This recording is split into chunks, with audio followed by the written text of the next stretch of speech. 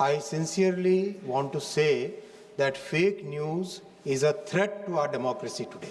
और हमें social media पर फेक न्यूज़ पर AI जनरेटेड डीप फेक पर स्ट्रिक्ट एक्शन लेने की ज़रूरत है। जिस तरह से सोशल मीडिया प्लेटफॉर्म्स का उपयोग करके एक तरीके से कई ऐसे इकोसिस्टम बन गए जो कि भारत के संविधान को फॉलो नहीं करना चाहते, उसमें स्ट्रिक्ट एक्शन लेने की और कड़े नियम बनाने की वाकई बहुत सख्त ज़रूरत है। माननीय अध्यक्ष जी, सोशल मीडिया और फेक न्यूज़ के बारे में जो विषय माननीय सांसद जी ने उठाया है वो वाकई एक बहुत ही चिंताजनक विषय है। I sincerely want to say that fake news is a threat to our democracy today. और हमें सोशल मीडिया पर फेक न्यूज़ पर AI जनरेटेड डीप फेक पर स्ट्रिक्ट एक्शन लेने की ज़रूरत है। जिस तरह से सोशल मीडिया प्लेटफॉर्म्स का उपयोग करके एक तरीके से कई ऐसे इकोसिस्टम बन गए जो कि भारत के संविधान को फॉलो नहीं करना चाहते, बहुत तरह से इस पार्लियामेंट द्वारा बनाए हुए कानून को भी पालन नहीं करना चाहते, उसमें स्ट्रिक्ट एक्शन लेने की और कड़े नियम बनाने की वाकई बहुत सख्त ज़रूरत है। हाल ही में कुछ नए रूल्स भी बनाए गए हैं। विदिन 36 आवर्स टेक डाउन करने की एक नए रूल अभी हाल ही में बनाया गया है। AI जनरेटेड डीप फेक्स को आइडेंटिफाई करके उसके ऊपर एक्शन लेने का भी नया रूल ड्राफ्ट पब्लिश किया गया है। Consultation is currently going on.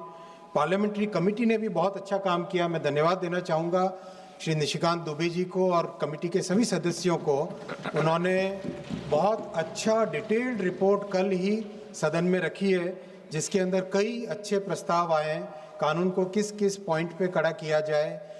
माननीय अध्यक्ष जी, ultimately fake news, social media, इसमें this is a very fine delicate balance between freedom of speech and protecting our democracy, और इस फाइन बैलेंस को लेकर सरकार चल रही है। माननीय प्रधानमंत्री श्री नरेंद्र मोदी जी ने डिजिटल इंडिया के माध्यम से देश में जो एक नई क्रांति लाई है, जो डेमोक्रेटाइज किया टेक्नोलॉजी को, उसके अच्छे प्रभाव भी हमें अपने संज्ञान में लेने चाहिए, क्योंकि सोशल मीडिया एक तरीके से एक प्लेटफॉर्म भी देता है सभी को। इन सब पॉइंट्स को विचार करके इंस्टीट्यूशंस, हमारे समाज में जो ट्रस्ट है, उस ट्रस्ट को कैसे स्ट्रेंथन करें, उसी पर सरकार काम कर रही है। राजेश रंजन जी। सर अध्यक्ष जी, जब कोई भी फोटो या कोई भी चीज़ धर्म मजहब की, जैसे मणिपुर की घटना है, सोशल मीडिया ने प्रमुखता से इसको निभाया है और समाज में तनाव पैदा किया।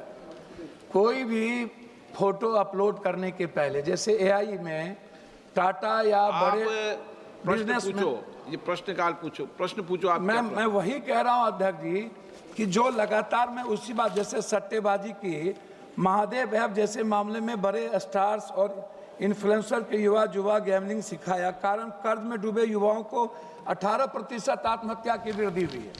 मेरा अध्यक्ष जी इससे कोई कंसर्न नहीं है। देश के युवा, आने वाला जो युवा है और जो सामाजिक और पारिवारिक स्थिति है, उसमें समाज में तनाव बढ़ता जा रहा है। मेरा प्रश्न सिर्फ इतना है कि हम किसी भी चीज़ों को जब किसी भी चीज़ों पर अपलोड करते हैं और बाद में वो न्यूज़ चैनल उसको उठा करके जिस तरीके से गलत तरीके से समाज में भ्रम को पैदा करता है, उसकी कोई ऑथेंटिसिटी नहीं होती है, उसकी कोई सत्यापन नहीं होता है। अच्छा, उसको डालने के पहले किसी से परमिशन लेना चाहिए कि नहीं, ये होगा कि नहीं, तो इस पर किसी भी तरह की कोई कार्रवाई नहीं है। कठोर कार्रवाई हो, ये मेरा रिक्वेस्ट है। कठोर कानून बने और किसी भी तरह के गलत वीडियोस को डालने के पहले उसके बारे में जरूर कोई कानून।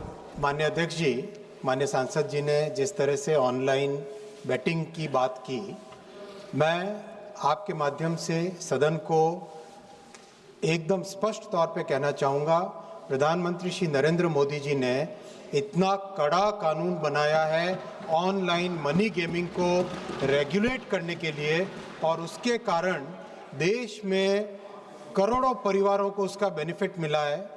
जिस तरह से एक कैंसर की तरह ऑनलाइन मनी गेमिंग का प्रचार हो गया था, सब तरफ एक प्रसार हो गया था उसका, और स्प्रेड होने के बाद समाज में एक बड़ी विकृति आ गई थी, उसके ऊपर कड़ा कानून बनाया है और प्रधानमंत्री श्री नरेंद्र मोदी जी की सरकार किसी भी कड़े से कड़े स्टेप को लेने से पीछे नहीं हटती है।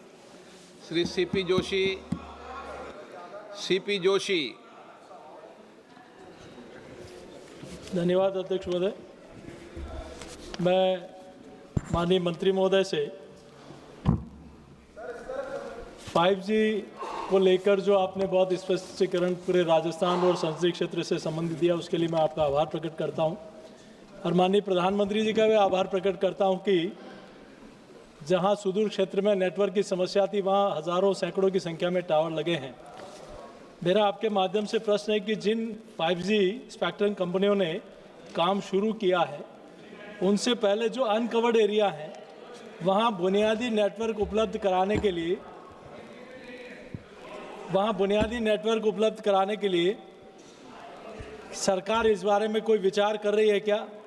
और यदि हाँ, तो इसके लिए जिन क्षेत्रों में नेटवर्क नहीं है 2G और 3G, वहाँ इसके लिए क्या विशेष समय सीमा डेडलाइन तय की है क्या? ये मेरा आपके माननीय अध्यक्ष जी, वैसे ये प्रश्न फेक न्यूज़ और सोशल मीडिया से संबंधित है, लेकिन मैं माननीय सांसद जी को मेरे साथ तो फिर माननीय संचार मंत्री जी इसका जवाब दें। ओके, श्री मणिकम टेगोर संक्षिप्त में, क्योंकि इसमें 25 से ज़्यादा मान्य सदस्यों के सप्लीमेंट्री आए हैं।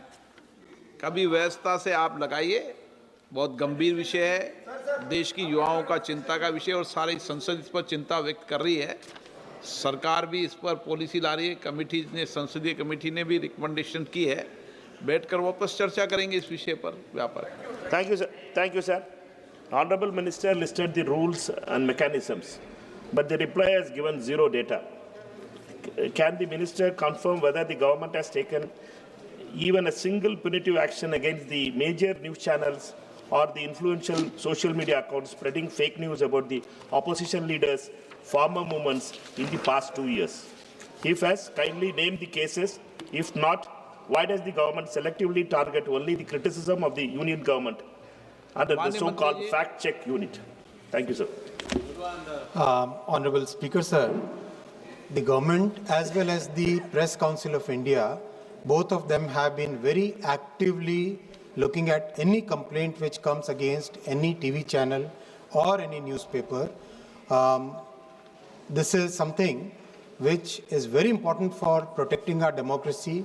We must always be aware that anything which is sold in the name of freedom of speech, but it is a fake news or a fake narrative, must be actively countered, and this is the responsibility of the central government as well as the state governments and the civil society also. We must collectively work towards making sure that the trust in our society is maintained and that is further strengthened, and for that, as far as the central government and its institutions are concerned, we will continue to take any action which is required for curbing the fake news. Question number 44, Shri C.N. Annadurai. Shri G. Selvam. Question number 44. माननीय मंत्री महोदय। Sir, a statement is laid on the table of the House. Honorable member. Thank you, sir. Sir, well, the ministry has started the 5G services have been launched across all districts. Large packets of rural Kanchipuram still report weak or no 5G signal, especially the blocks of Uttaramerur, Valajapat and Achirapakam, affecting student, small business and service delivery. May I request the Honourable Ministers to specify whether the government will prioritize the underserved rural clusters of Kanchipuram for additional 5G BTS installation under any ongoing or upcoming schemes, and the timeline for the ensuring full rural coverage in the district.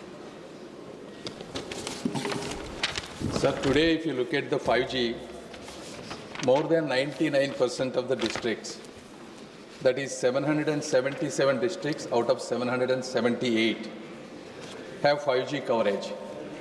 The 5G coverage today, out of 1.2 billion people, 120 crore people, 36 crore people have 5G handsets and are using 5G services. Sir, the issue of the 5G coverage in rural villages is not just about the 5G towers or BTS. It is about the handset latching on to the 5G. When it comes to their own districts, today we have 37,000 5G BTS are in Tamil Nadu. In their own two villages, Tiruvannamalai and Kanchipuram, we have 224 and 231 villages with 5G BTS. This is on par with the average of the rest of the India, sir. Thank you. But in addition to that, government has done an exceptional work to accelerate the 5G services, sir, by enabling TSPs, reducing their bank guarantees, removing the spectrum usage charges.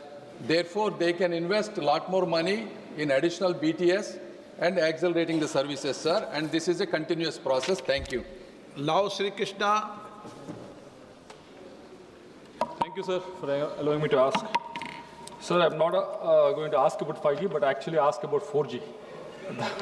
The district I come from, Palnadu, has a lot of tribal population. In mandals like Ballapalli, Veldurti, Macharla, these 3-4 mandals have a lot of ST population and a lot of PVTG habitations also. The question I have is that, yes, I appreciate the ministry for actually rolling out indigenously manufactured 4G equipment almost in 97,500 villages across the country. But in these PVTG habitations in my constituency, land has been allocated, but for such a long time, this 4G network has not been rolled out in these PVTG habitations. So I request, is there any timeline that they can give us that these PVTG locations can be given access to this 4G equipment? And if so, if there is any priority also is being given to this PVTG habitation, that will be great. Thank you, sir.